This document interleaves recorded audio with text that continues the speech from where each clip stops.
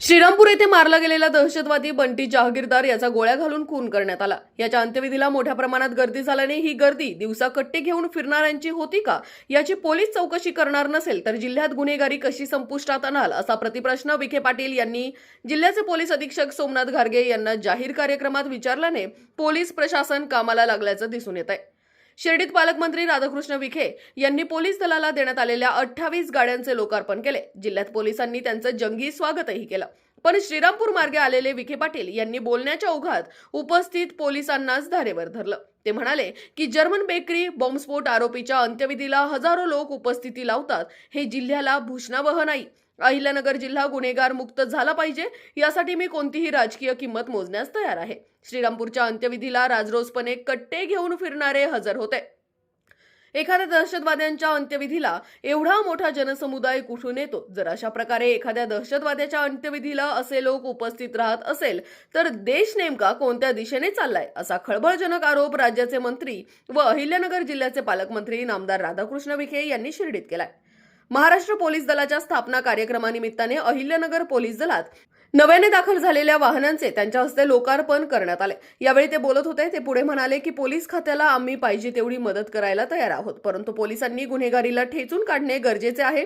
जिल्ह्यात वाढलेली गुन्हेगारी पाहता त्यांनी पोलिसांवर सडकून टीका केली असून यावेळी बंटी जहागीरदार याच्या अंत्यविधीसाठी उपस्थित असणाऱ्या लोकांचे धाबे दणाणले आहेत। या विखे पाटील यांच्या वक्तव्यामुळे अंत्यविधीस उपस्थित असलेले अनेक जण नॉट रिचेबल झाले आहेत। राष्ट्र सह्याद्री न्यूज साठी प्रतिनिधी अशोक दुशिंग, शिर्डी। मग ते गुन्हेगाराच्या थांबायचं असेल तुम्ही करणार काय? मला आश्चर्य वाटलं, जर्मन बेकरीचा आरोपी त्याच्या अंत्यविधीला हजारो लोक जमतात। देश कोणत्या दिशेला चाललाय? देशद्रोही कारवाई करणाऱ्याच्या अंत्यविधीला ठीक आहे, दुर्दैवाचा अर्थ कसा झाला असेल भागाकडे, पण लोक उत्सव साजरा करतात, म्हणजे लोक त्या दिशेत हजर राहतात। संताप येतो आपल्यासारख्या एखाद्या माणसाला की काय चाललं का आपल्यामध्ये,